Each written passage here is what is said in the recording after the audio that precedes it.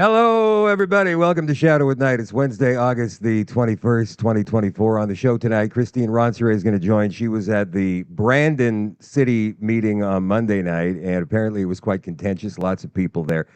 Kind of like the Niverville meeting a couple of weeks ago regarding the Winnipeg Metropolitan Region Plan 2050. So we're going to have her on in just a couple of minutes to discuss that. Oddly, last night, after the show went dark on social media and we were continuing with the extension on shadowdavis.com, I got a message from both Kens, Lee, and Drysdale, who were guests on the show last night, and they said, interesting. Look at this. They sent me headlines, and the headline said from the CBC, and they still hadn't even had it online yet. It was that new. It was reported on one of their news shows on TV, so they had to take a picture of their television set to send me this. Premier Wab Kinew has, what was the headline exactly here? Let me bring it up.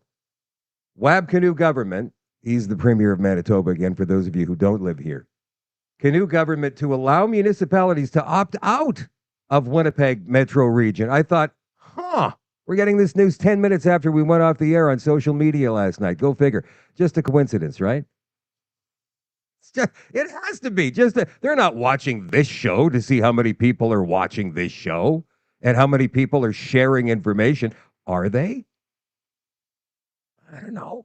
I don't think they'd ever admit it. We'll never find out. But it's nice to know that we may be having some kind of an impact on these people. The more phone calls we make, the more emails we drop on them, the more we just stop them. Remember, these RM counselors, Reeves and mayors, they're people who live in the community and they know a lot of people. They're neighbors, right? People they grew up with. And they're being stopped in coffee shops and stores. And they're being asked, hey, what is this? What is this plant? Well, it's just, and there's never really a clear answer. I've heard that story from dozens of people already who've sent me emails at shadowdavis@gmail.com or through the website, shadowdavis.com. It's very interesting how many eyes we have opened up in the last couple of weeks. So we're going to find out what's going on in Brandon with Christine in just a second. The Shadow at Night live stream is brought to you by Canada Nano Silver, CanadaNanoSilver.ca. The toothpaste in multiple flavors, my friends. It is naturally whitening. It helps keep your teeth clean with triple action nano silver, the silverceutical technology, the magical ingredients. Silverceuticals made from only the highest quality ingredients.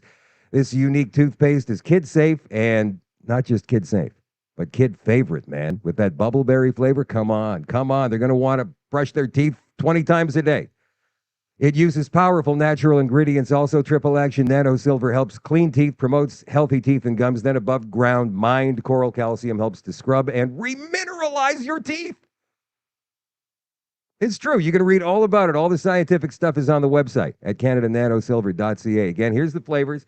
We've got cinnamon, we've got spearmint, and bubbleberry for the kids. You can find this and all of the other fantastic products available online at CanadaNanoSilver.ca. Again, that is CanadaNanoSilver.ca. If you're looking for a retail location, you can find one on the Retail Locations tab. There are over 30 and growing all across the country. If you'd like to become a retailer of these awesome products yourself, get a hold of Kevin and Anna Sigurdsson through the Contact tab right here. You see that?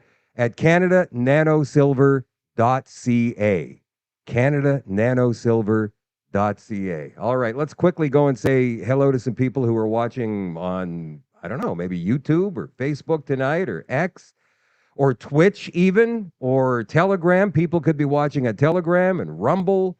Hello, Joker from Toronto. Ooh, we've got an interesting story about Toronto coming up a little bit later on in the show. Howard is watching on YouTube tonight from Winnipeg. Hello, Laura, watching on Facebook in Sherwood Park, Alberta. Patricia's watching on Facebook in Grimsby, Ontario. Chuck is watching on Facebook. Eddie is watching in Stonewall. Hello, Ron.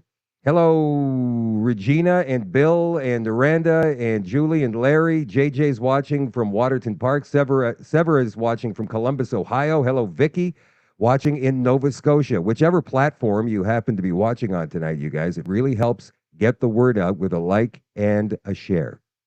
Facebook, X, Rumble, YouTube, hit that, what do they say? Slam the like button. Get it out there to as many people as we possibly can. It's very important people learn this information so they know what to do with it themselves. I'm not going to tell you what to do. I'm not going to tell you how to feel. I'll tell you how I feel, but I'm not going to tell you how you should feel. I'm just going to give you the information and my take on it. And that's why we're all here. Not to mention the fact that we do have quite a community. We do have quite a community who have been here with us, some for 4 years, some are brand new, but we've built this up over a long time, and it's a really cool thing to see every single night. Christine Rodsere is our guest tonight. Hello, Christine. Thank you for coming on the show. Hey, I see somebody in the mirror behind you. I can't hear you. You're muted, but I can see you. Yeah, turn your mute. Hi. Still can't hear you. You're still muted. There, you were there. Still muted.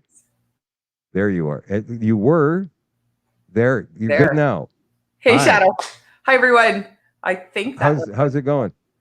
Who's that looking at us in the mirror? That's Vivian. Hey. Hi, Vivian. How are you? Good night, sweetheart. See you. Sorry about that. Does she want to come on and say quickly hi? I mean, she's probably wondering what Mom's doing. She would love that, but then we're going to have 5 other jealous ones or 4 other jealess ones. So that's true. You got to do it for one. You got to do it for them all. That's right. Yes. Hey, listen. On a more somber note, I'm very, very sorry to hear about the passing of your sister. You have the support of the entire community. We know that this was expected for a while as she was ill, but it doesn't make it any easier when somebody that close to you passes on. So you do have our condolences and respect and admiration for doing this as you're going through all of that. Thank you, Christine. Thank you, Shadow. And thank you, everybody, for all the prayers. Yeah. Thank you. You were in Brandon the other night. Now, we're going to talk about the Winnipeg 2050. We're going to talk about the Winnipeg Metropolitan Region plan, obviously, because Christine and I, guys, to be completely clear with you, we have talked on the phone about this the last couple of days, and there's some interesting takes that we have as this may eventually encompass the entire province, and that's why people in Dauphin are on high alert. That's why people like Rick Wall is gathering a team in Winkler, in the Morden area down there, to make sure that they're ready for this should it hit them. But you were in Brandon the other night. I've got an article up here from the Brandon Sun, but I don't want to put that on. All it says here, I'm just going to give the headline: Council chambers overflow for public hearing. Overflow. That means a lot of people were there. So can you tell us exactly how it was and what happened? You know what? They have an overflow room. So the chambers were packed with obviously concerned people. Not just Brandonites, but Manitobans, and which makes sense, guys. This is tax dollars, so not just local tax dollars, but also provincial tax dollars. I mean, we all know that there's Fed tax dollars, and there's also going to be some grants and money coming from somewhere. But we all have a right to be at all of these meetings. So just because you don't belong in the WH or the WR. The WMR region. Metropolitan Region. I always screw that up too. Yeah, or Brandon. You don't have to feel bad because you have a right to speak. It's a public meeting. That means that everybody has the right to speak there. Now, they shouldn't even make it so that, like, I spend money in Brandon, right? But they're using my tax dollars. My input should have something to do with it.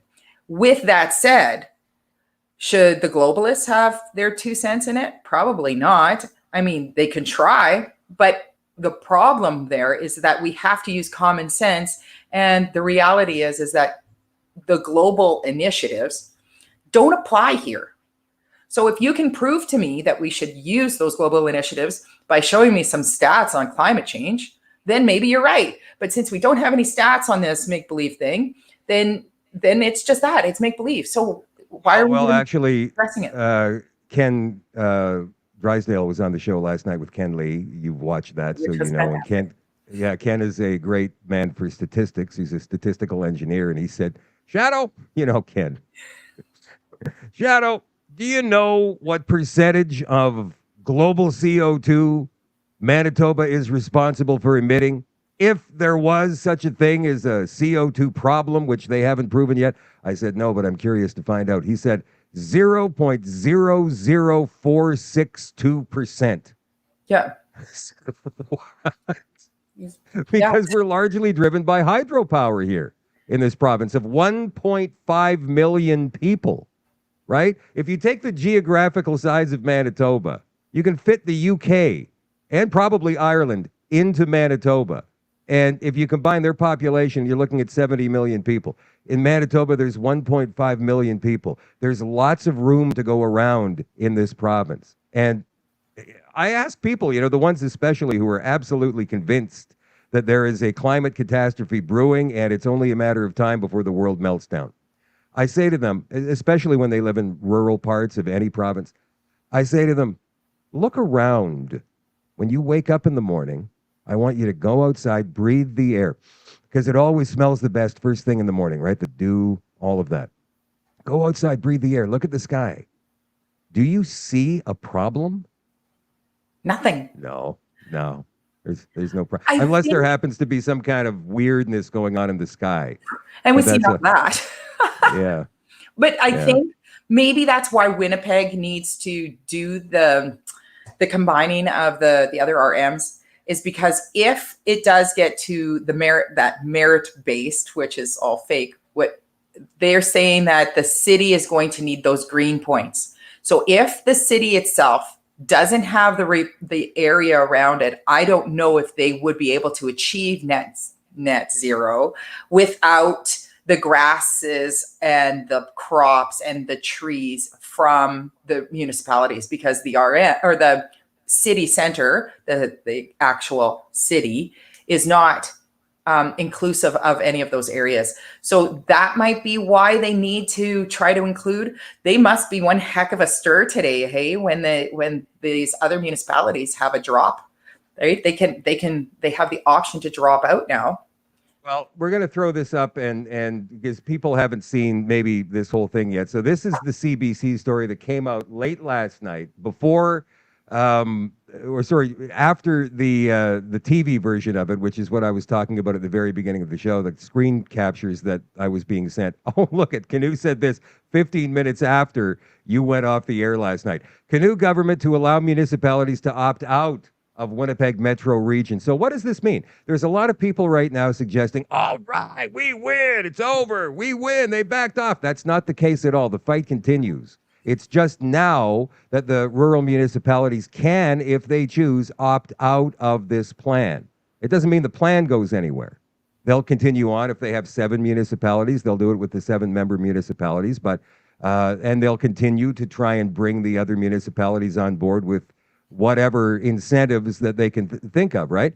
But the Manitoba NDP government plans to allow municipalities to opt out of the Winnipeg Metro Region. The other thing that I found interesting last night was Canoe saying this completely and totally unilaterally. It has not gone before the government yet. This is a law, right? This is Bill C-37, which is a law. It's what is it? The Manitoba Planning Act. And they've amended the law to allow for the Winnipeg Metropolitan Region to exist and to have complete dominion over the area of Winnipeg and the surrounding RMs. But now Canoe just said, well, we're going to let those people out, even though that's not what the Planning Act amendment says. So well, maybe how could he do that without consulting his, maybe they've looked at this for the last couple of weeks, but they haven't had a vote on it in the legislature. They need to have a vote on it to change a law, don't they? Well, maybe they don't. If that amendment would have broken rules on the autonomy of the council, maybe they were smart enough to look at this now that there's been some complaints, right? Because we don't complain, they think we're all okay. So the council's never complained, so they think that their law is okay. So if they think that the law is okay, then we just go with it. But if the councils have stirred up enough to show you're actually breaching our local governance, you're actually stepping on a whole level of government. We have 3 levels. You're stepping on it. I bet he got a little panicked and said, well, you have the option to back out, right? Like, we have to give them that option. Yeah, you sure as hell do. Oh, pardon my language. Wait a minute. So you think that there's been that much pressure in this short a period of time from the RMs? Because there's still a lot of RMs on board with this. Canoe said his government will remedy the situation of the municipalities automatically having to take part in this by bringing a freedom bill this fall to amend what he describes as a decision imposed on Winnipeg area municipalities by the former Conservative government and the former premiers Brian Pallister and Heather Stephenson. So they're blaming each other because the Conservative Party early this morning put out a press release saying it's the NDP's fault. They did this. Technically, what those councillors should have done is said for an injunction. They should have said, you can't even put this on us because it takes away our power. So they should have said, you're actually bumping on our own autonomy. Well, that, you know what? Wait. When you say that, and that's something that Christine and I talked about, you guys, a couple of days ago, but we did look into that, and it is in the Manitoba Act that they can do that. Believe it or not, they actually have the power to be able to override local governments, which is amazing. And they did it years ago with the amalgamation of all the municipalities. Remember that? Yeah. So they've done it before. Yeah, like for this, okay, if this kind of branches into the rest of it. So, and I'm going to be jumping around. Sorry, Shadow. What I don't understand is that this same government is jumping on local governance with the school boards as well. He's appointing people who don't even belong to that area. Like wait, hold on. Like you got to explain that one if you're going to go into that one, which is kind of a sidebar of the conversation. What's been going on in Steinbach and in Dauphin is they've been trying to remove duly elected school trustees there and replace them with provincial appointees based upon the complaints of some rainbow mafia in both of those jurisdictions. And so the Manitoba government is sticking their nose in. Nello Altamore is the Minister of Education. I used to go to high school with him, whatever. And he's the first guy to wear the LGBTQ t-shirt at the parades with his rainbow hat and proudly post a picture of himself like that on social media. And now he's the one who's going to be sticking his nose into the school board affairs? Right? It's unbelievable. It is absolutely unbelievable that the NDP think that they can do this, but we need to fight back, right? We have to see that this is all part of that same agenda. If you look at Agenda 21 or 2030, everything from the UN, this is just another goal. So a lot of people ask me, oh, well, there's Christine showing up again at these meetings. Isn't it bad enough she's digging her nose in and putting her face in the school boards, and she's in school boards that she doesn't belong in, or library boards or councils that don't even belong to her? Well, my problem there is, like I say, I'm Manitoban. This is my job. This is actually my duty because they're using my tax dollars. And this whole agenda is all connected, Shadow. Like this is just another point off of that. And people who were paying attention to the school stuff, which was fantastic. So thank you, everyone, who were paying attention to that. That was because it was affecting parental rights, grandparents.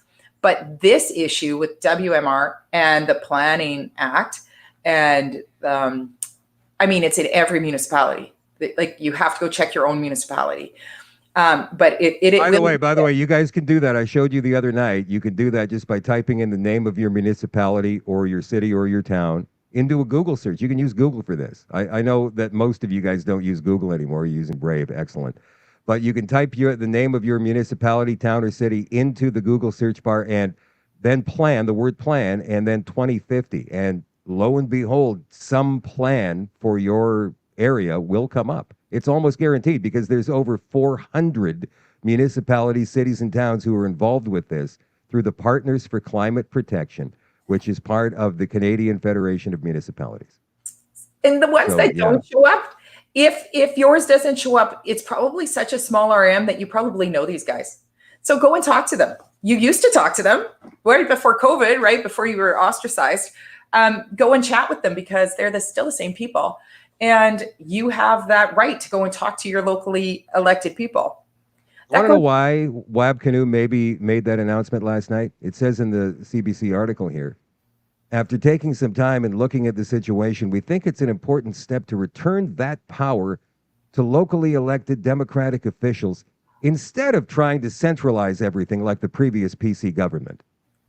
It's just a load of crap that. because that amalgamation was done under the NDP back in the early 2000s when Greg Selinger was the premier. In a statement issued Monday, the current PC opposition urged the Canoe government to delay implementation of Plan 2050. Now, you've been talking to some conservative MLAs.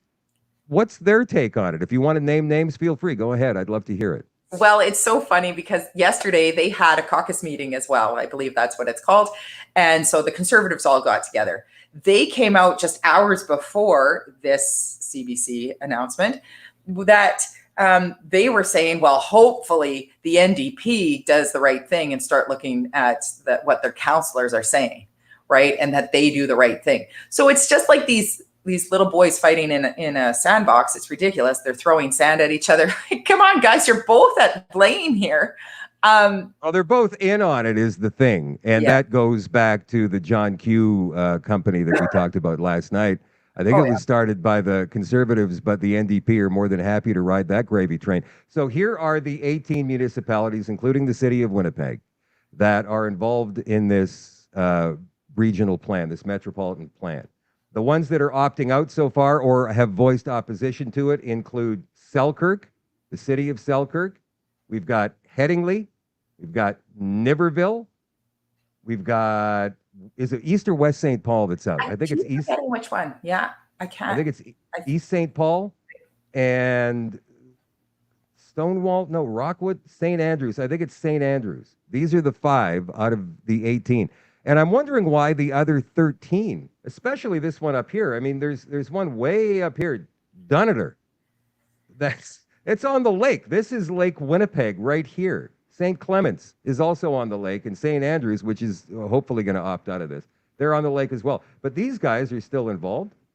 Yeah, somehow. I wonder why. Have you ever looked at the people that are involved with JQ Built and JQ? I don't know. Yeah. Well, a lot of the same people who are on the board of that John Q corporation that we discussed briefly last night. And by the way, Marty Gold is doing a deep dive into this corporation. So he's going to drop some bombs on these guys with his latest podcast at actionline.ca a little bit later on this week. And hopefully we get Marty on the show tomorrow night. But these people, like everybody who's looking into like researching this stuff, everybody, I don't know, it's wild watching everybody do their part. Like even at Brandon Shadow, the people doing their part, it was ridiculous. Niverville, it was wild. It was just fantastic. Christine, let's get back to Brandon. You were there. Was it contentious? Were there people yelling? Were they well behaved? What was the vibe in there? Well, okay, so the chambers were full. So they had an overflow room, and the overflow room was standing room only, like afterwards, like it was just packed. Then there was people in the hallway that had to watch off of YouTube because there just wasn't enough room. Why they couldn't plan better. And it's so funny because there's a lady who said, oh, these are the same people who could have read how many people were coming, right? Like this is a pretty contentious issue. They saw what was happening in Niverville. They should have been able to read how many people were coming. Those are the same people who are planning our lives for the next 30 years. But like they couldn't tell at one event who they should be having, like how many chairs they were going to need. Chairs, yeah. Right, for one event. Anyway, so I thought that was pretty clever. And this lady also said that we didn't vote these people in. We voted them in for 4 years, and we have no problem with that. We didn't vote their decisions in for 30 years. And I thought who's this lady that you're talking about? You know what? I can't remember her name, and she was fantastic. But she spoke. There was so many good people. Lorraine spoke. She was fantastic. Actually, she was. And it's so nice to see such a little old lady, and she just let them have it. It was so very kindly, but it actually made us laugh. So our room, he did ask for decorum in the other room. Our room didn't hear it because we were laughing and cheering, and we didn't hear that part. But and then you could actually hear our echoes when we cheered on the speakers on our side. So what was the attitude of the councillors there?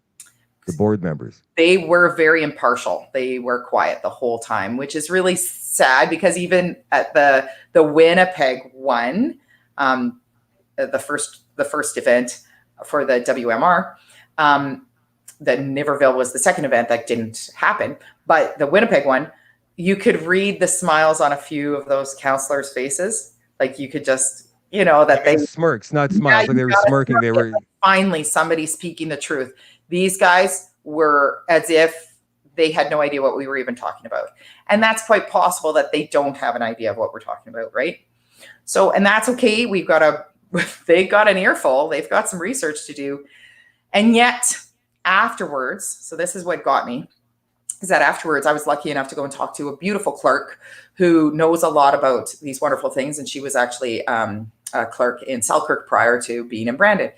And she said, you're talking about a city clerk, like a bureaucrat, worked for the clerk. Yeah, it's like a city clerk. Yeah, so it's the Brandon city clerk, and so she writes the policy. The boards make, or the council, the city council make policy, and she writes it. So she has to do all the wording that nobody really understands, and she tries to make it so that people do understand. And so I was very appreciative of that. And she's like, well, just so you know that because this is so contentious, it's actually not this board who decides. And I'm like, whoa, wait a minute here. Of course, this is the board that decides. This is city council. And so how this whole situation works is city council needs to do a proposal or needs to put in a plan. They have a mandate to put in a plan. That's part of the Planning Act. Which is part of the Manitoba. Okay, right. So yeah, that's so the all law. of them have to do it. And it's supposed to be done by January 1st, I believe. Anyway, so they get a committee together and they hire this committee, and it's called a commission. And they go out and they make a proposal for a plan. And they bring that forward to the boards. And this board, so this plan that was made for Brandon City was made by Brandon City Commission, Planning Commission. And they bring this plan forward. Then we have a hearing, and then they were supposed to decide on it. That's the old way of doing it. Now there's this, I don't know when that came in. Maybe it was at the same time as Bill 37. I'm not sure when this came in, but if it's contentious, it doesn't go to the Brandon Council. It goes to the Manitoba, what is it called? The Municipal Board, the Manitoba Municipal Board. And I'm like, well, what do you mean? Those are appointed officials appointed by the government to sit on a board who would, if it's contentious, decide for these RMs. I'm like, whoa, that doesn't make any sense. And she says, no, I know what you're trying to say, but that's how it is. And so I'm like, I don't know if she's right. But Shadow, if you could go back to the CBC article that was... I closed it out already. I'm not going to go back to it. But it's at the bottom of the article you were talking about, right? So, yeah. So at the bottom of the article, the last two paragraphs, and it says, Manitoba municipalities have also complained about a different Pallister government initiative that has been imposed on municipalities. The decision to allow unelected municipal board, a provincial body, to reverse land use decisions made by cities, towns, and municipalities. Canoe said his government is still reviewing the expanded powers granted to the municipal board, but has not yet come to a decision about it. So what she was saying was 100% right. And I was just flabbergasted that this is even possible. So now this committee, what happened in Brandon, that committee did their job. They brought a proposal, even though it stunk. They brought a proposal forward. We did our job, and other people were there. There were both sides. So some people were for, some people were against. And then I find out that it's not even the council who decides. Like Brandon, every municipality should be just, what is going on here? So this is the Manitoba Municipal Board that decides, not the actual elected members of the city of Brandon or whatever municipality. Are they trying to drag other municipalities into this Brandon plan as well? No, not into the Brandon plan. Everyone has to have their own. They do have regions, like there's a municipality above and a municipality below. They do have to interact with, which makes sense. And I have no problem with them interacting with each other because that sounds really good, right? If you're going to need water, you need to Yeah, that's fine. You interact, sure, that's fine. But why are they trying to drag 18 municipalities in this region together, and out in Brandon, they're not? Because they say in the Winnipeg plan that, hey, you know what? We're losing business. People are thinking about coming here and putting down roots and putting head offices here. But they quickly discover that Winnipeg doesn't have a plan to work with Selkirk or Reshow or McDonald or Headingley or Dunotter, and so they go to Calgary, Ottawa, or Halifax instead. But it doesn't matter in Brandon? And What? I think the reason, that's where I go back to, I think the reason why the city needs it is because they won't be able to reach their green targets without their neighbors. I really don't think that they can, just because that they're stuck in the perimeter, and in the perimeter, the green target would be zero and they won't emissions. make it. But we can already at zero. You know what Ken Drysdale said last night? Again, a statistical engineer. He said that Manitoba is probably right now carbon neutral, if not better. Carbon neutral. Yeah, if in fact carbon, which is the gas of life on planet Earth, which is what all life on Earth is made out of, carbon is food for trees, all the vegetation on Earth, right? If somehow they've decided that is the gas that's going to kill us in the long run, which, by the way, is still a very contentious thing. It's not decided, even though there's a lot of people out there say the science is settled. It's not. Oh, far from settled. It is. Even if it is settled, then why do they need to do anything if Manitoba is already a carbon sinkhole? Because that's what they meant by being competitive. In order to sell our green credits, they need more green credits to sell, and then we're more competitive because we'll actually have the green credits to sell. That's the only thing that actually makes sense on it, because otherwise none of it makes sense. So actually none of it makes sense. None of it makes sense anyway. It is the stupidest thing that I have ever seen in my life. Brandon. I mean, Brandon is a city of 50,000 people, and it's out in the middle. I talked about this last week. It's out in the middle of nowhere, pretty much, right in the middle of the prairie, right? I mean, do you see smokestacks billowing noxious fumes into the air when you drive past Brandon on the number one highway? Of course you don't. You don't even see that in Winnipeg. You don't see it. You know where you do see that occasionally is in Alberta. They do have higher carbon emissions in Alberta because of the oil sands, obviously, and all the refineries and whatnot that they still have there. I think they still have them there. If not, they're in BC. You know? Yeah, the whole thing is just insanity. So the whole thing doesn't make sense. But if you want to be competitive, like even if they're saying this competitive thing, where they're not any more competitive from Edmonton, who's doing the exact same thing. Like when you have to differentiate yourself, right? If you're selling tomatoes and somebody else is selling tomatoes, you better make your tomatoes taste better. You better get them there faster. They better have longevity. There has to be something that differentiates your product. I don't understand what they think they're doing that's going to differentiate you themselves in order to be competitive in any way. It's a scam, in my opinion. I'm going to say this out loud, and everybody watching knows this already, and you know this too.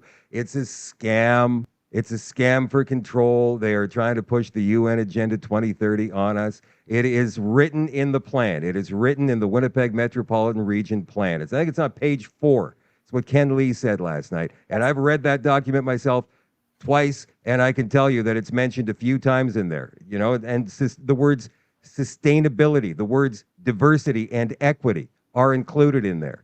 Diversity, equity, and it's in all of those. It's in all of those goals. So again, it comes with the books and the school stuff that I'm working with, but it's also with this.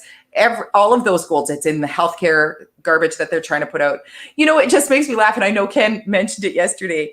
Like in Brandon, they actually said that wheelchairs are part of a transportation. And I mean, I'm not laughing at people who have to use wheelchairs, but I'm sorry. What wheelchairs used to make them mobile. That's not a form of transportation. It's so different than in the WMR plan. They're using rowing as transportation to get to work. No, rowing. I don't know if anybody, including what? Wait, hold it. What? Yeah, what? Rowing and skating on their way come on. Who's going to skate their way to Superstore? Like, are you kidding me? Let's go to Costco. Everybody get their skates on. Like, come on. And that's what's in there. Just that it makes it into a cartoon, and it's so laughable. But yeah, it's in there. So do we know, Christine, who wrote these plans, where these plans come from? I think the Brandon plan is called the Clean City plan, isn't it? Clean City, Brandon Clean City. Healthy City, isn't it? Or Healthy City, right? Sorry. And Winnipeg's is called Complete City. as opposed to 15-minute city or smart city. All the Do same we know? verbiage. The Well, verbiage. same verbiage, just different names. Do we know who's writing these plans? Because I know where they can go to order one if they need a new one. Yeah. You know what? There's from the Federation of Municipalities. That's the Canadian branch of all the municipalities. Well, that's the template. They have the template there. If the cities and the municipalities can't afford to spend money on a consultant to write one of these plans, they'll go and take it verbatim off the Federation of Municipalities website. But I'm wondering how much money they're paying these consultants, who, by the way, do exist and have existed since 2017, to write specifically, these consultants specifically to write smart city plans on behalf of cities, towns, and municipalities, not just in Canada, but all across the world. And I'm not sure what they charge. It's so cool because the people who are hired, and I think he meant well. He of course does his explanation in Brandon. He did this, and I don't know his name, but he did this explanation beforehand about what his plan is going to be like. And I actually kind of felt bad for him because he had to sit there and see his plan getting shot down. I mean, he had some very nice. Wait, hold on. Who's this? Just some guy, or is it? Yeah, you know what? I guess he's the third party guy who would have been part of the commission or hired by the commission to make the plan. I'm not sure how that actually turned out, but the poor guy had to sit there in the front row and just take it one after the next of people. You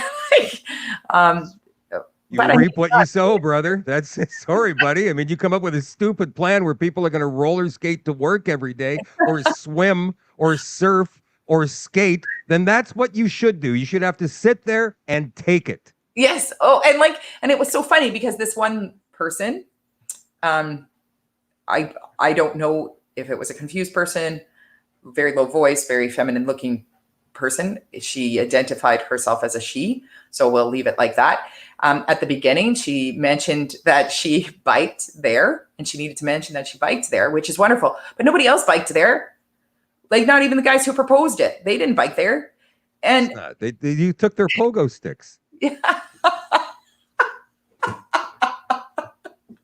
Like, I mean, Shadow and I are laughing because of how ludicrous this is. We're not laughing at any person.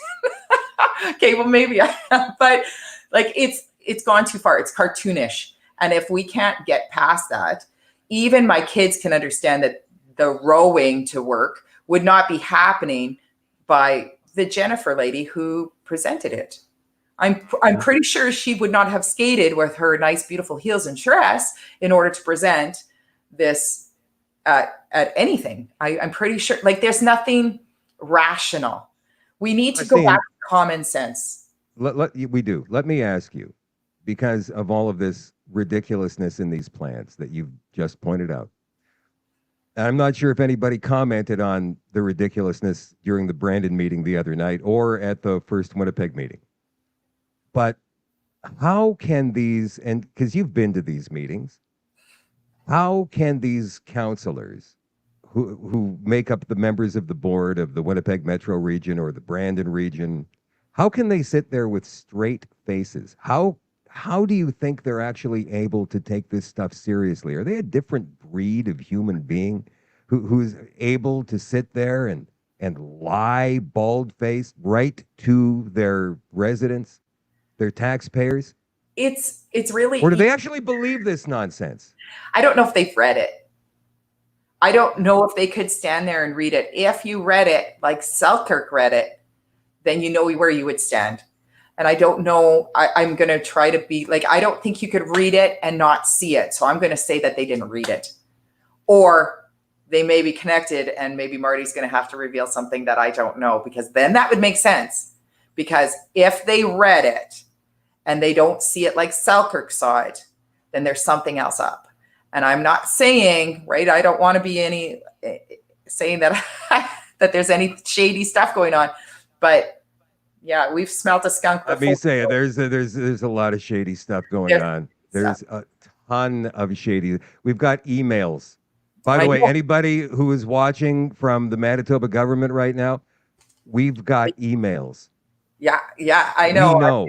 I've been able to listen to some of Ken's stuff. Man, there are some really wonderful people, very smart, intelligent people. But with that said, you do not have to have a master's in anything. You don't have to have a degree. You don't even have to have your grade 12 to see that you're not rowing to work. Guys, anybody can read this. Anybody can listen and use that brain in their head and see that this is wrong. So please don't think that these people that are working, there's no heroes. Ken's not a hero. Shadow's not a hero, guys. Everybody's working together. And this is actually one of the first things that I'm seeing so largely. Like, I thought the parental rights one was so large and so many people are coming forward with this. But because this is now it's not just parental rights. Now this involves everybody. This is the land that your doorstep is on. This is actually the house that you're living in. So this affects everybody. So now I love seeing the numbers of people connecting it. Wait till the next, do you know, like, have you been do we have people keeping an eye for when the next meeting is going to be scheduled? Well, we were talking about, my crew was talking about that. So I'm actually registered. And when I met Marty, I actually walked up. So Niverville, I was stuck on the outside. I couldn't get in. Then they called that they were going to put a 40-day, and that was very public that he said that. Now, we can't find it in his procedures or policies or anything that it has to be 40 days. But he said it so publicly that if he doesn't follow that, then he'll look like an absolute fool. Another thing is that I'm already registered, and that's what I asked Marty to check. So Marty, I think, has it on recorded. That because there was a security guard that stepped in front of me so that I couldn't ask Mike Moore something, but Marty was on the other side. And so he's like, well, what's the question? And I said, what's the protocol? What's the procedure that we need that when you move this date, what's the procedure in order to register again? Or are you continuing, like, all we're doing is moving venue and moving date? So that's what he said, is that we're actually just taking the full structure and we're moving it to a new venue and a new date. And that was before Wob mentioned anything. So, right, this was that day in Niverville. So what he's technically supposed to do is give us 40 days. I don't know if he's going to give us 40 days notice before the meeting. I think within the next 40 days, he has to announce it. And I think that it could be 2 days after the announcement, I think would probably make sense. But they're going to try and make sure that they get as few people there as they possibly can. So it's going to be on us. It's going to be on us. And make sure everybody knows. And I'll tell you, when we do find out when and where it is, you and I can go together, Christine, on a bicycle built for two. Oh, wouldn't that be nice? And we'd be making green points together, Shadow. No, I'll be driving my SUV because I'll probably do a Costco trip at the same time, and we're going to come on. Anyway. All right. Well, look, you stay on this. All right. I know that you've been staying on this. Also, guys, Christine and I talked on the phone. Was it today or yesterday? I can't remember. Okay. We're talking about now we need to get information sessions out there. What we want is to get one north of the city and south of the city in obviously one of the 18 rural municipalities or cities or towns, so that we can give you guys information on the plan. What's included in the plan? They've done a frequently asked questions part on their website, and the problem with that is the answers are all BS. I made a comedy routine of it on the show last night, for goodness sakes. It's absolutely abysmal. They either lie or they obfuscate. That's what they're doing, right? And further, who's the chairman again? Michael Moore. Michael Moore, the chairman of the Winnipeg Winnipeg Metropolitan Board. I screw it up too. He's the chairman of the board. He was interviewed by former CBC reporter Marianne Cloack in Niverville a couple of weeks ago. And when she started talking about the UN 2030 agenda, he looked at her and he said, now you're just making stuff up. Excuse me, but it's right in your document on page 4. So do you think? And then you got the mayor of Winnipeg, Scott Gillingham, running around saying, well, there's a lot of misconceptions out there. Dude, it's in your own literature. So I would not be surprised if they take that offline and they rework it and take that wording out. Okay, so what we have to remember is that just because, we have the 40-day thing before this plan has to be said. Now, with the fact that people or councils can jump out, technically the plan doesn't, they'll have to revamp the plan because the plan actually has that. So I need everybody to make sure they don't see this as a massive win and say we're done. They need to stay and be due diligence. Like, okay, so we have to remember that every municipality, even those guys that jump out, let's pretend that they do actually opt out. They'll have to revamp the current proposal to have these people out or have these councils out, these RMs out. But they also will have to do their own. Now, their own will still have the same verbiage because there's reasons, well, possibly, there's reasons why these guys are doing it. Now, do these guys want to opt out because they lost their autonomy or that they think that the global agenda is BS? So if they feel that they've lost their autonomy and they're going to do their own proposal, everyone in those areas, actually everyone in the province has to pay attention to everybody's business. This is Manitoba that we're talking about. Everybody has to pay attention. And in those RMs that opt out of the WMR, they still have to do their own proposal. And it's going to have, most likely, the same verbiage. So we have to continue saying no, because we're not saying no just to this proposal. We're actually saying no to a few things. We're saying no to the proposal. We're saying no to the UN garbage. We're saying no, I don't think Bill 37 was a good thing to allow all of this stuff. So the WMR shouldn't even exist. We shouldn't have even had the collaboration. Collaboration, yes. The combination. What I think is that we need to make sure going forward that this can never happen again, which means the power needs to be wrested from the province. That power for them to have over municipalities, first of all, should never exist in the first place. It just shouldn't. Beg to say that if you put a plan forward, I would like to change the procedures and policies that if they put a plan forward, it has to come across as a referendum or at least a vote where you get 51% of the people say yes. And consultation must be more than 2 meetings. I mean, seriously, if they're talking to the WMR, they're talking about a region that encompasses nearly 1 million people, and they want to try and get away with 2 public meetings in the dog days of summer? Really? Yeah, so many ridiculous things. The whole idea is that they kind of throw the data sharing. Like, are you kidding me? Why does the whole world need to know what Brandon or Selkirk or Dunatar is doing? What difference does the rest of the world need that for? Like, keep data to yourself because they have, that's part of it. It's data sharing.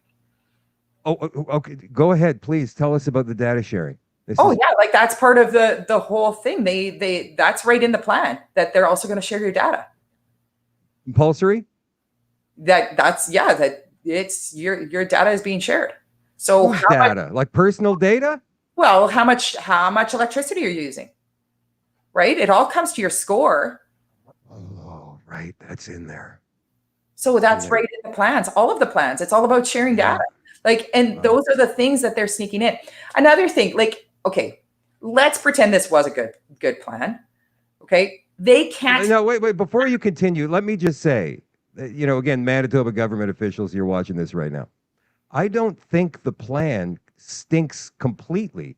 There are some things in it that are okay. Yeah, sure, we want clean water, but when you guys say that, are you saying that now the water is substandard and we need to clean it up? Is that what that means? Also, the transportation part of it. If you take away the designated corridors where gas-powered vehicles can only travel whenever you say, take that out. I like the idea of having transit going from the heart of downtown Winnipeg out to Headingley or out to Springfield or up to Selkirk. That's a great idea. It connects the area.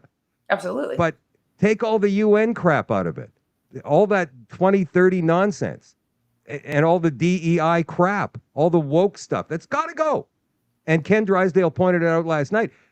This thing has been together for a while. I think Pallister started this in, 2016 or 2017. And the original plans did not include any of this garbage. So somehow, after he left, maybe when Stephenson came in, they somehow got to the bureaucrats and probably ICLEI Canada and got this stuff into the plan. That's what I think. Yeah, I agree with you wholeheartedly. I don't, even if the wonderful things that they do have, like the good parts that they do have of it, are so fiscally unattainable that it's a those that would be, even if everything was nice about it, it's so fiscally unattainable, it makes you question, why is this even in a plan? But then when you see the data sharing and that we can take your well away, the power that they're going to be given the very next day, then you kind of go, oh, you don't have to deliver on the promises, but you do get the benefit of my data. You do get the benefit of expropriation because we agreed to this plan. So both sides are not delivering the goods. So they get to take your data away, but they're also not giving you that nice ride that they promised from the city center down out to Niverville, right? Like, and maybe you can only take that bus or train or whatever if you've got a certain climate score. 100%. Right? So you have to go with your focus stick all the way to the bus stop, and then you can get on the bus. You get on your skateboard after that. Take you to the way station for skateboards. You can. I haven't got a skateboard here. You can rent one, as long as you've got a climate score over 925. Christine, thank you for all the work that you've been doing and putting all of this together, you and your crew. And when we do get some venues for these information sessions, we're going to have to get them out as soon as possible so people at least can have some notice as to when and where it's going to be. Yeah, I think we have to get at least get those informations, one north and one south. I do think that that's the best thing. So get some ideas, guys. We need your help on that. Okay. Yeah. So listen, Christine and I have been looking around. So I'm talking to you guys watching this right now. If you know of a place that we can use, and I'm thinking about an indoor venue here because we never know what the weather's going to be like. I'd love to have it in the backyard of a field, barn, whatever. That'd be so cool, wouldn't it? Information session in a Bob's barn. But we just can't depend on the weather. So if we can find some kind of an indoor venue with a capacity of, what would you say? I mean, for 2 meetings? I don't know. If all those people from Niverville would be there and they would have brought a friend, it would have been huge. I mean, we don't have to preach to the choir. We need some new people. So if the people are bringing more, that's look, if you guys can go ahead and just read the plan yourself, that's fine. But I mean, Ken Lee, Ken Drysdale, Christine, myself, and many other people whose names we haven't yet mentioned, Marty Gold obviously would come up, will be there presenting what's in this plan, right? And you mentioned the data sharing just now. That's something that I've neglected to talk about regarding this because there's so much in it that it slipped my mind, but that's probably one of the more egregious things that's in it. It's all right. I forgot to mention, so thank you for bringing that up tonight. But you guys, if you can come up with a place. You got an email, Christine? Because I don't want people sending me emails. I've already got like 500 I've got to still clean up, and this has been going on for the last week. You know what? We do. Concerned citizens at Proton Mail, actually. Okay, wait a minute. Hold on. I'm going to throw that back up on the screen here because I know that you had it up originally. So here, let me put this up. I think it's, yeah. There it is. Okay, so what is that? Ooh, that's I don't even know which one that is. That? You know what? What's that?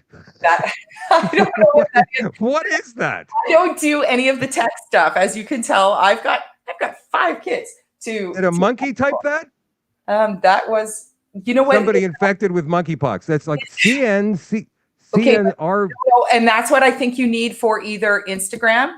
Is that possible, Shadow? I don't know enough about. Yeah, sure it is. Or is possible. That like Twitter? It could be X. It could be X. It could be Instagram. That might have been.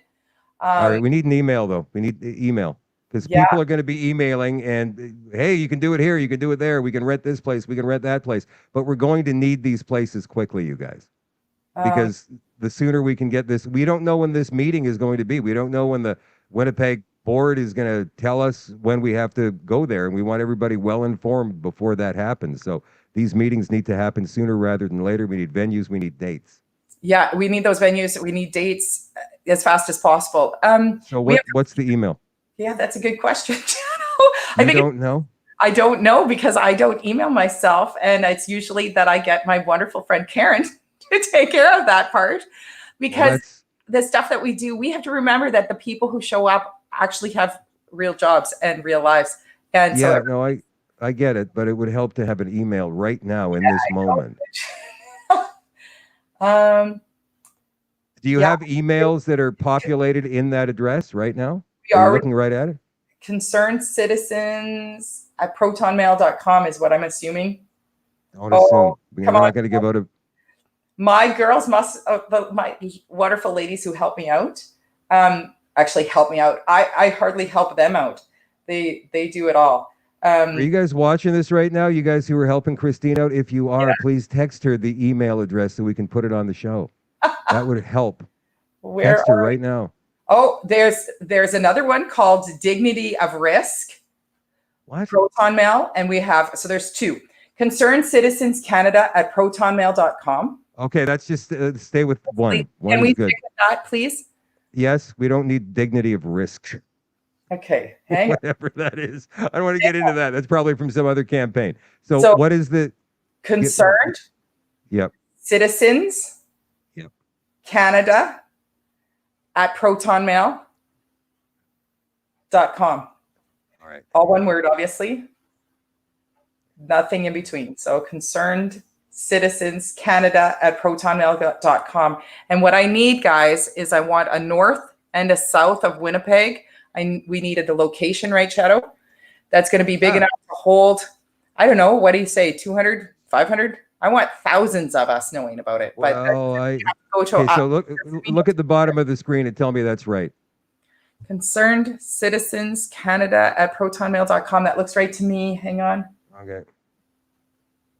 Concerned Citizens Canada at protonmail.com. Yes. Hang on. We're going to make sure that live TV, it's always so much fun. Yeah, exactly, Shadow. And, if this were pre-recorded, we'd have edited all of this out. We have had the email for you, boom, right there. So you're actually seeing what goes on backstage here. There, Concerned Shadow. I just texted it to you. Well, it's on the bottom of the screen. Concerned Citizens Canada at Pro. Okay, good. So I think we're good. That's where. Okay, so I'm going to leave that up on the screen for a few minutes. So you guys watching, you can write this down. Concerned Citizens Canada at protonmail.com. You can send us point us in the right direction. We need a venue that can hold maybe let's say 500. An indoor venue that can hold 500 people, one north of the city, one south of the city, so we can have these information meetings. You can meet all of us, all the people who've been working behind the scenes. There's going to be lots of people there. We can answer your questions either from the stage or one-on-one. We'd love to see you there. It's not going to be one of these hush-hush secret things because I'm sick of that stuff, quite frankly.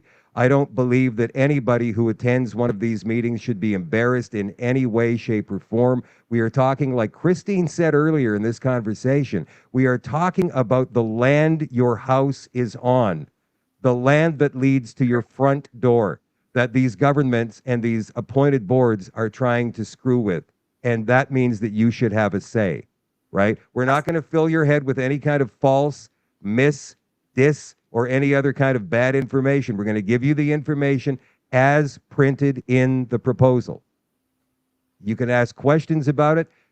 And the thing about this proposal is that it's so vague in many cases, and there's so much word salad in it, that sometimes they got a glossary. They've got a glossary in this proposal so that we know what they mean when they say green space as opposed to brown space, or whatever other euphemism they decide to throw in there, which, by the way, is based upon UN SDG speak. It's this new language they're trying to throw at us.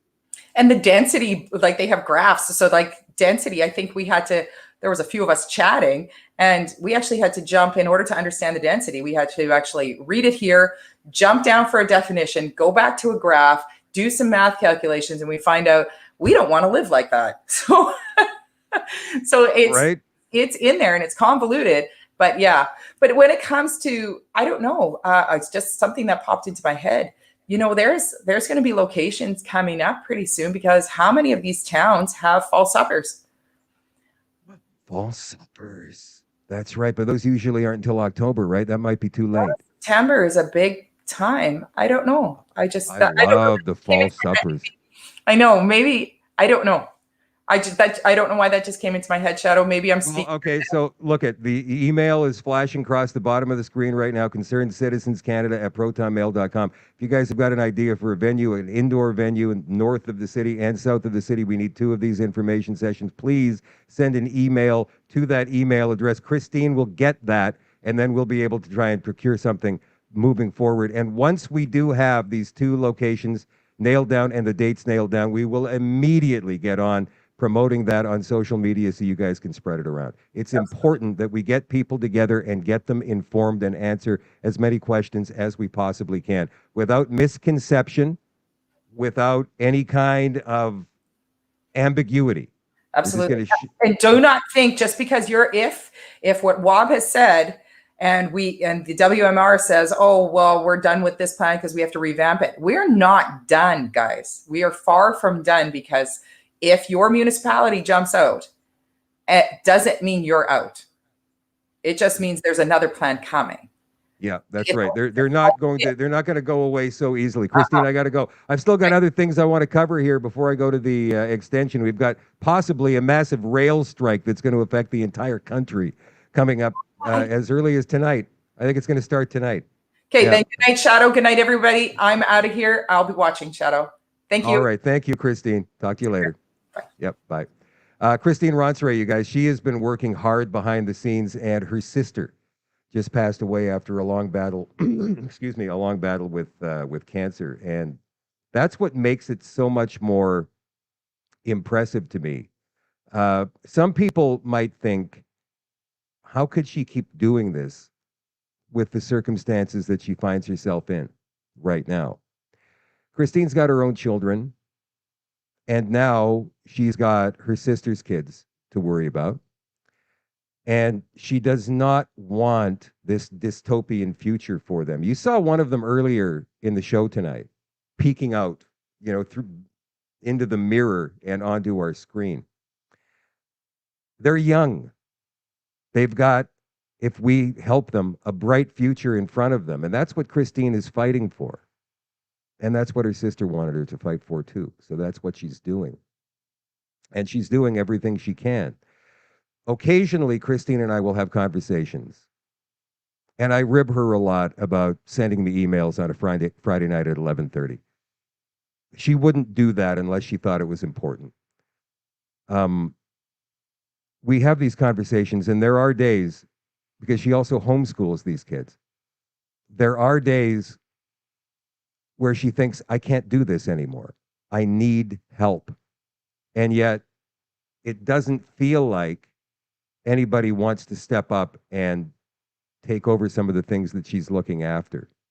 So what I'm hoping for here is that some of you can maybe reach out to Christine and offer some assistance in whatever way best suits the both of you. Maybe join her team, join her crew. There are people that she does work with. I know them, and they're all very, very good people. But we need more. This thing that's going on right now in Manitoba, the resistance that is formed so quickly and so loudly in the past couple of weeks has been absolutely amazing. What I want you guys watching in other provinces right now, and states for that matter, I know there's people watching all across the world to this. This is happening worldwide. This is not just a Canadian phenomenon, this whole 15-minute city, smart city, clean city, compact city, whatever the title they have for it is. This is happening all across the world. We have figured out, with the help of Maggie Hope Braun, by the way, of Kickley Canada, who has been valuable, like I can't even tell you, with ideas, because she sees it already. She's been into these battles already. She's been into these battles for the last 18 months. She knows the game plan. She knows how they're going to come at us. And it's such a big help, because if we already know that, then we can plan against it before they even do it, which is amazing. But this is going on in your city right now, whether it's Calgary, Medicine Hat, Moose Jaw, Thunder Bay, Orillia, Halifax, St. John's, Charlottetown, Red Deer, Revelstoke, wherever you live, whatever municipality you live in, chances are good that this is going on in your area right now. And you need to mount the same kind of resistance that's been mounted in Manitoba. It's amazing how many people have risen to this challenge and how many more will yet rise. I can't even tell you how proud I am of the people here. And maybe they're not completely and totally resistant to the idea, at least not yet, but they're definitely curious as to what is really going on here. And they want real answers. And they're not getting them from the government. They're not getting them from their local government. They're not getting them from these appointed boards. They're not getting them from the frequently asked questions section on the website. So they need to rely on somebody they trust to get them that information. They can read the whole proposal themselves. You can do that. You can just look it up online. Winnipeg 2050. Go ahead and do it. It's right there. It's right there. But I'll tell you this, their frequently asked questions section is dishonest at best. All right, let's get on with some of the other stuff that we need to talk about tonight. There's a lot of people suggesting that this rail strike that's about to hit Canada as of midnight tonight and affecting the United States and all parts of North America, to be completely honest, is part of the agenda. Food shortages, product shortages. As the clock ticks towards, this is from left-wing corporate CTV, as the clock ticks on toward a possible strike or lockout at Canada's two largest railways, CP and CN, Canadians are bracing for its consequences, from a hit to their pocketbooks to a potential shortage of meat, cars, and gas. CP and CN are both facing the potential for an unprecedented work stoppage on Thursday. That's tonight, by the way, midnight tonight, if they're unable to reach deals with workers represented by the Teamsters Union. Ooh. As more than half of the country's exports travel by rail, carrying more than $1 billion worth of goods each day, looming labor disruption at both companies could spell trouble for Canadians. I wonder if that's going to cost us more than, let's say, the Coots blockade. Just spitballing. Because that was criminal, wasn't it? Yeah, I think it was. Weren't people hauled up on charges and held in remand for over 2 years because of that? Yeah, they were. I'm just throwing that out there. This comes from CNN, my friends. The Americans are concerned too, because guess what? We are their largest trading partner. We've been hearing that for years. Massive looming Canadian rail shutdown could have economic ripple effects throughout America. 10,000 workers could go off the job. This will affect Via Rail as well, by the way. Failing last-minute deals again. I'm hoping they're in negotiations right now. I hope they're not playing hardball. Both CN and CP plan to lock out workers tonight. Marks the first time Canada has faced a simultaneous labor stoppage at the railroad firms as they normally negotiate their labor agreements in alternating years. The stoppages could cripple the shipment of food grains, beans, potash, coal, and timber, which form a large part of Canada's exports, while also impacting shipments ranging from petroleum products to chemicals, cars. In addition to billions of dollars in economic damage, the stoppages could disrupt rail trade across the North American continent. Unless there is an immediate and definite resolution to the labor conflict, CN will have no choice but to continue the phased and progressive shutdown of its network, which would culminate in a lockout. Despite negotiations over the weekend, no meaningful progress has occurred, and the parties remain very far apart. So what I tell you right now is something I've kind of been saying off and on for the past 3 years, my friends, and that is this. Stock up. Go get as much toilet paper as you possibly can. I hope you have a deep freeze or 2 or 3. Go buy some meat. Buy meat. Yeah, we have meat in Canada, but we also import it from the United States. Buy whatever you think you're going to need for as long as you're going to need it. Because if this rail strike does in fact happen, and I'm not saying it will, I mean, they could come to some kind of an agreement at the, what do they call it, the 11th hour sometime tonight, where they continue on shipping and nothing changes. But if they go on strike for even one day, that's going to screw us up for at least a week, but not tomorrow. It'll affect us next week down the line somewhere. When you go to the store and you can't find what you're looking for, you're going to, what the, oh, that rail strike. If this rail strike actually continues for any length of time, there will be shortages. There will be shortages. I wish I could say I'm kidding here, but I'm not. And people are saying, hey, this is part of the agenda. They're just getting us ready. I can't say yes or no to that because there is no proof of any of that. There's conditions. I'm not going to get into why they're going on strike because you can read about that yourself. But whatever it is it worth stopping this massive supply chain? I don't know. From Children's Health Defense. Now, this came out over 2 months ago, and I missed it somehow, so I want to get this on for you guys. Bill C-293, quietly legislated to prepare Canada for the next pandemic. And by the way, this has not yet passed the government in terms of the Senate. It's passed the House of Commons, but not yet the Senate. This was published by childrenshealthdefense.ca on June the 10th, as you can see in your upper left screen. Bill C-293, the Pandemic Prevention and Preparedness Act, passed the third reading June 5th, 2024. 164 votes in favor, 144 votes against. The Liberals, NDP, and the Greens all voted in favor of this new legislation, while the Conservatives and the Bloc voted against it. It now requires assent from the Senate. So what this bill entails is the Minister of Health being required to establish an advisory committee to review the response of COVID-19. Well, it did include that, but the Liberals, NDP, and Greens took that out. They took that part out of the bill with an amendment and then passed it anyway. So what does this mean? One Health. This plan will be required to adopt a World Health Organization One Health approach, which is a multi-sectoral and multidisciplinary collaborative approach that focuses on the human, animal, plant, and ecosystem health and welfare interface in addressing pandemic risk factors. Bill C-293 also amends the Department of Health Act to provide the Minister of Health must appoint an unelected health official from the Public Health Agency of Canada as a national pandemic prevention and preparedness coordinator.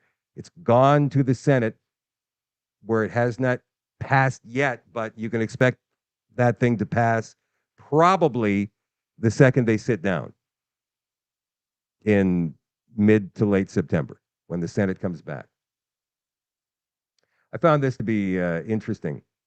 This is a 7-minute video that was done by Lisa Robinson. Lisa is a city councillor of Pickering, Ontario. She's the one level-headed, common sense city councillor they have. All of the other 6 have been trying, including the mayor, have been trying to get her kicked off council now for the past year and a half. Yes, she made a blunder going on, what's that show from Alberta? I forget the guy's name, but he's a bit of a loudmouth and fancies himself as a rebel. What's his name? Jim J. What's his name? You guys tell me in the comments here quickly. Oh, there's so many comments. Kevin J. Johnston, right? Thank you, Christina. Kevin J. Johnston. So he said some pretty vulgar things, off-color things, and the city council of Pickering said, well, Lisa just went along with it. She didn't say, hey, shut up. And so they're trying to vilify her for that. So what I'm going to be doing is inviting her on the show at some point next week. I'd love to have a conversation with this woman. She's absolutely amazing. And in this video here, again, which is 7 minutes long, and right after this, we're going to jump to the extension for all access members at shadowdavis.com. If you're not a member, go and become one. It's relatively cheap. It's like $10-11 a month. Or if you want to pay for the entire year, you can do that as well. Shadowdavis.com, SHADOEDAVIS.com. We'll see you there for the extension right after this story here from Canadian Capital Clips. It is a 7-minute speech talking about our system of politics in Canada by Pickering City Councillor Lisa Robinson. We stand at a pivotal moment in our community's history. A moment where we must decide who we are, what we stand for, and how we will shape the future for ourselves and all generations to come. For too long, politics have been dominated by those who serve themselves before serving the people. We've seen corruption seep into We've had corruption seep into the very fabric of our institutions, leaving too many of us feeling powerless, unheard, and disillusioned. The voices of the people, the everyday hardworking citizens who make our community thrive, have too often been drowned out by the noise of self-interest and backroom deals. But today I'm standing before you to say enough is enough. We deserve better.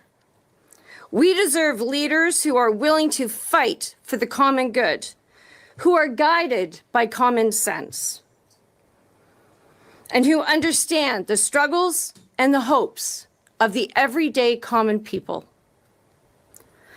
I'm here today not just as a politician, but as one of you, a member of this community who knows what it's like to worry about paying the bills, finding a safe place for her child to play, and making sure that there is enough food on the table. I know the frustration of seeing our tax dollars wasted on projects that benefit a few, while our schools, hospitals, and public services have to suffer. But I also know the strength and resilience of this community. I've seen it in our neighbors helping neighbors, in our local businesses lifting up each other, and in the voices that refuse to be silenced in the face of injustice. And no matter our differences, we are united under one banner, the Canadian flag. A flag that represents the values we hold dear: fairness, equality, and justice for all. It reminds us that we are stronger together, bound by a shared commitment to build a brighter future for every Canadian. I believe in a politics that puts people first, where the needs of our families, our workers, and our seniors take precedence over the interests of the powerful. And I believe in transparency, accountability, and integrity. And I believe that together we can build a government that truly serves the people. But I can't do it alone. And I need your help. Together, we must stand up against the corruption that has taken root in our political system. We must demand that our leaders act with honesty and fairness. We must hold them accountable when they fail us, and we must work tirelessly to ensure that our government reflects the values of our community. That's what the Conservatives have been doing. I promise you this. I will always stand up for what is right, even when it's difficult. I will listen to your concerns and make sure that your voices are heard. And I will fight for a future where our children can grow up in a world that is fairer, more just, and filled with opportunity. This is our moment. This is our fight. Let's stand together, united in our determination to bring about real change. Let's reject the politics of division, corruption, and cynicism. Let's build a future where we can all thrive, proud to be Canadians, and proud to... Sorry to interrupt you guys. That I'm seeing people asking in the comments, who is this? This is City Councillor of Pickering, one of the City Councillors of Pickering, Ontario, Lisa Robinson. Whatever her politics, I'm seeing, what is she, a Conservative? She is a City Councillor. She does not have, at least publicly, she does not have a political party affiliation. And I think that's one of the things that this speech is all about. Let's continue. Stand together beneath our red and white flag. And when future generations look back on this time, let them say that we were the ones who stood up, who spoke out, who made a difference. Let them say that we are the ones who fought for a better, fair, and more just world. I want to thank you, and I want to thank you for your trust and for your support. and your belief in the power of the people, because together we will create a future we all deserve, united as Canadians and as a community.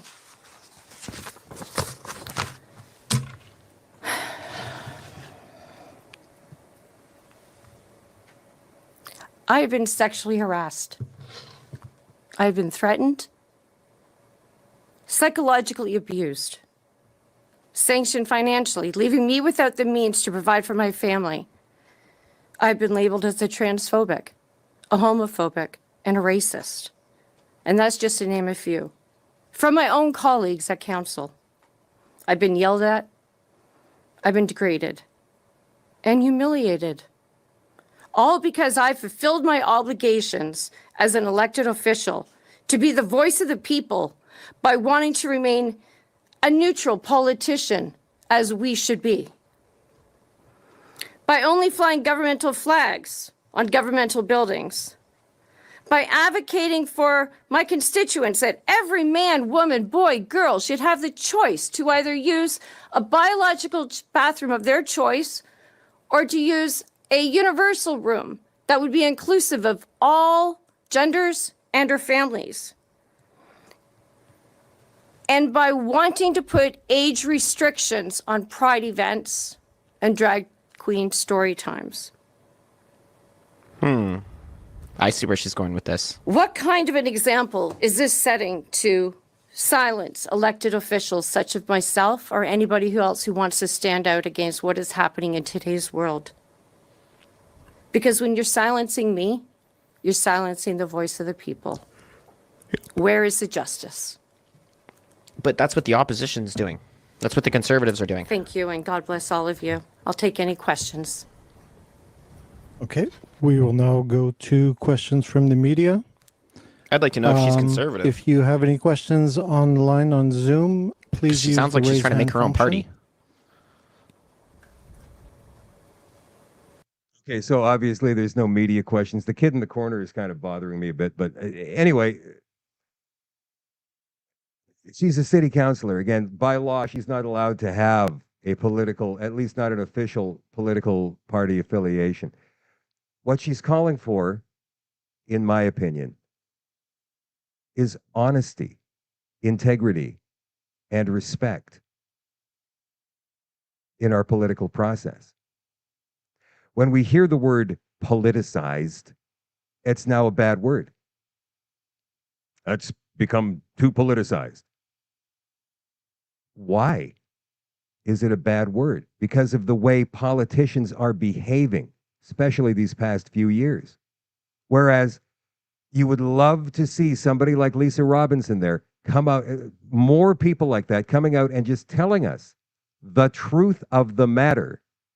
Instead, what you get is party rhetoric. Even in the face of, when you know what the facts really are, as a reporter, journalist, as a viewer, as a constituent, you know what's happened. The facts are there right in front of you. They've been published. They're online. You can see them. The politician will still lie based upon what the party is telling him or her to do. There is no place in our government systems, any one of them, for that kind of behavior. That immediately should get you an instant sanction, suspension of a year, fired, fined. That's the kind of integrity we need. We've talked about integrity commissioners at different levels of politics, but what do? Nothing. What are the penalties that these politicians, when they break the ethics codes, get? Nothing. $500 fine.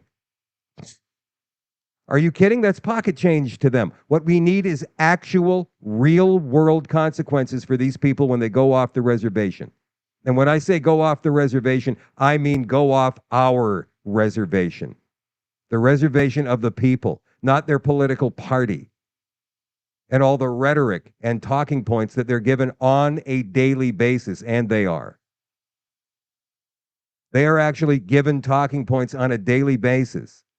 And they know, they're supposed to know, rehearse, memorize these lines, so when they get approached by any reporter coming at them, or any constituent for that matter, they know exactly what to say. You've seen it before. It happens on social media all the time. If one member of parliament, Liberal, Conservative, NDP, is posting on X that day, and you see other members of that same party posting on X, you can bet it's the same message, maybe couched a little bit differently. They give you 3 different versions. Lisa Robinson is a refreshing change, and we need more of her. I'm going to give her a call tomorrow, guys. I promise you. I've been forgetting and putting it off for a while now because I've had other things that I need to do.